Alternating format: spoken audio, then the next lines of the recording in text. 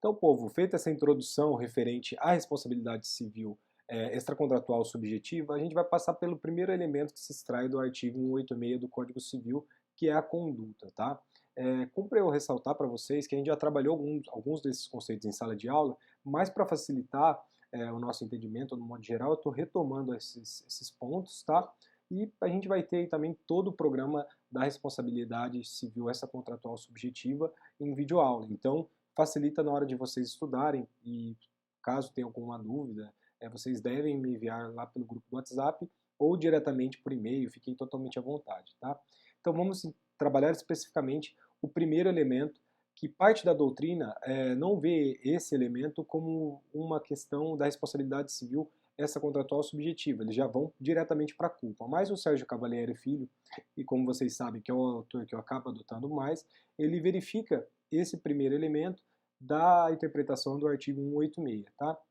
Então, a conduta é o primeiro elemento, é o primeiro pressuposto, a conduta culposa da questão da responsabilidade civil subjetiva, tá? Então, a culpa isolada e abstrata, ela é considerada só como só possui uma relevância conceitual. A relevância prática dela vai ter uma relevância jurídica quando ela integrar a conduta humana, tá? Então, a culpa, ela vai adquirir relevância jurídica quando ela integra a conduta humana. E a conduta humana culposa, vale dizer, com as características de culpa que causa dano a outrem e seja o dever de reparar. Então, é um ponto fundamental da nossa matéria, tá?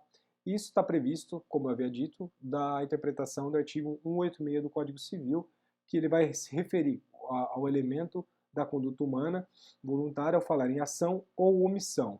A gente, ao invés de falar em ação ou omissão, a gente trabalha com o conceito de conduta, tá? Conduta vai ser o gênero que subtrai as espécies, no caso, ação e omissão. Por quê? Porque ação, que é o conceito trabalhado pelo Código Civil, é um conceito de ação em sentido amplo, em sentido lato, e isso pode gerar uma série de confusão, porque a gente tem ação estrita, né, em sentido estrito, e a gente tem ação em sentido amplo, que aí, ao invés de a gente falar em ação, a gente vai trabalhar com o termo conduta, tá? Então, conduta vai ser o gênero das espécies ação e omissão.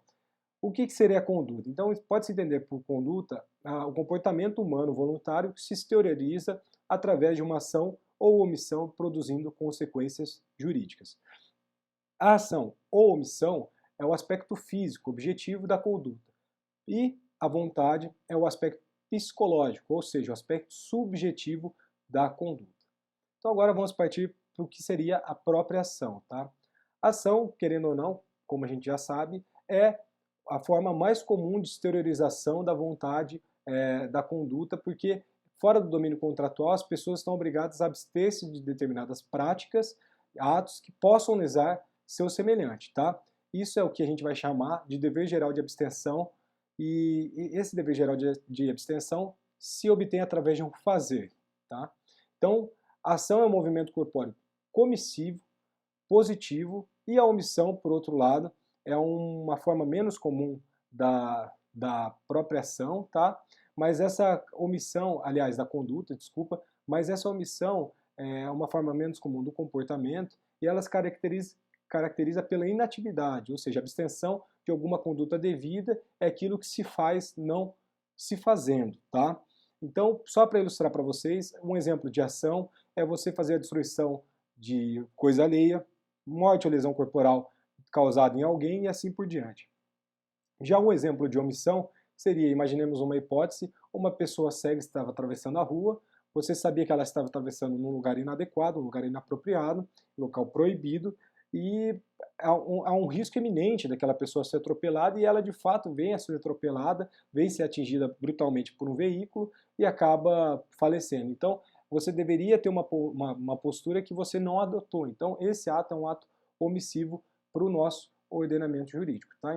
Tive que fazer um corte porque parou de gravar repentinamente, mas a gente estava trabalhando sobre quando que a omissão vai adquirir relevância jurídica, tá?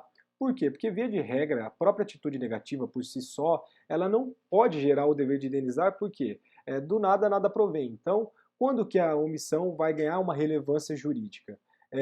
Ela vai se tornar relevante no nosso mundo jurídico quando torna o omitente responsável, tá? Quando esse tem o dever jurídico de agir, de praticar um ato para impedir o resultado, ou quando ele mesmo cria por uma conduta anterior, esse risco, tá? Então, quando, por exemplo, naquele exemplo que eu dei para vocês anteriormente, ele criou aquele risco e esse risco, pela omissão, ele pode ser responsabilizado, tá?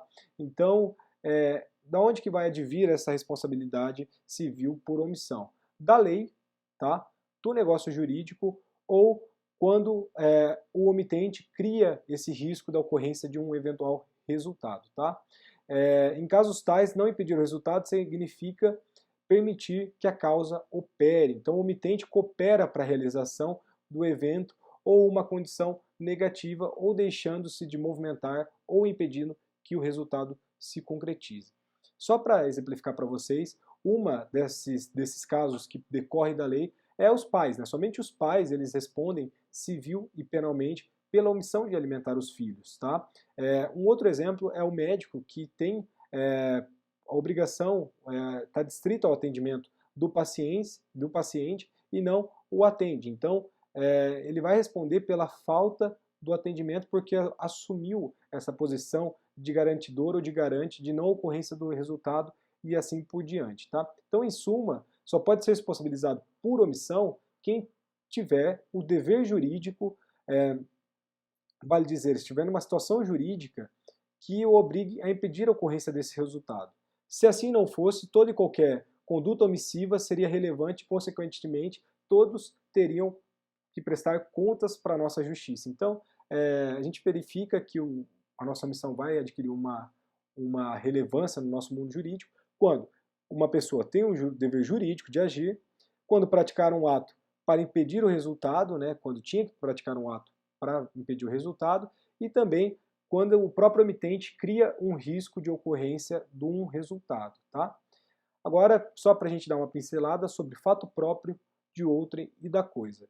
Via de regra, para nossa responsabilidade civil, só responderá pelo fato aquele que deu causa, tá? Então, pela conduta própria. E é uma responsabilidade direta pelo próprio fato, tá? Ou seja, pelo fato próprio, cuja justificativa está no próprio princípio informador da teoria da reparação, beleza? Só que a lei, todavia, ela aplica algumas exceções a essa regra e ela faz, por exemplo, decorrer o fato de outrem e o fato da coisa, que ambos advêm do dever de guarda, vigilância e cuidado. Tá? Então, nos termos do artigo 932 do Código Civil, respondem, por exemplo, os pais pelos atos dos filhos menores que estiveram sob o seu poder e em sua companhia. Um outro exemplo disso também seria o tutor e o curador, seriam responsáveis pelos pupilos e curatelados, e o patrão por seus empregados, etc. Tá? Então, pode ainda ser responsabilizado por dano causado por animais, aí aqui já advém o fato da coisa, quando estavam sob sua guarda. Então, o artigo 936, 937 e 938 do Código Civil justifica-se também por esse dever de guarda, vigilância ou cuidado em relação a certas pessoas, animais ou coisas e se omitiram em seu cumprimento desse dever, tá? Então a pessoa se omite no cumprimento desse dever de guarda. Eu tenho um pitbull, o meu pitbull saiu na rua e mordeu alguém. Eu sou responsável por decorrência desse fato de guarda, vigilância da coisa, tá? Então, em última instância, essas pessoas não respondem por fato de outrem, mas pelo fato da sua própria omissão, nesse caso do exemplo que eu dei para vocês do meu cachorro, tá? Então agora, no próximo vídeo, a gente vai trabalhar especificamente sobre a imputabilidade. Até daqui a pouco.